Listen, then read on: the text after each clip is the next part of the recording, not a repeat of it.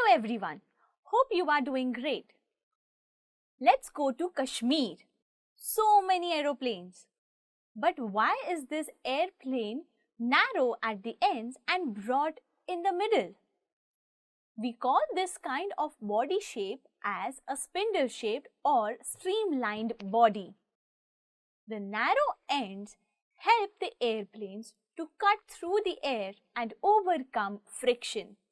That's one of the reasons they can fly easily. But have you ever wondered where the idea of airplane design comes from? The idea is inspired by birds.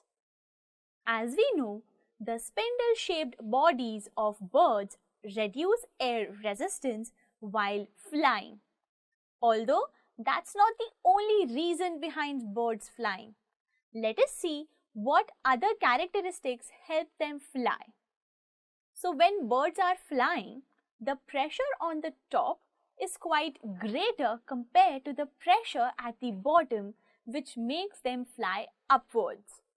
Besides, their body is light in weight and hollow bones make them lighter in weight compared to other animals.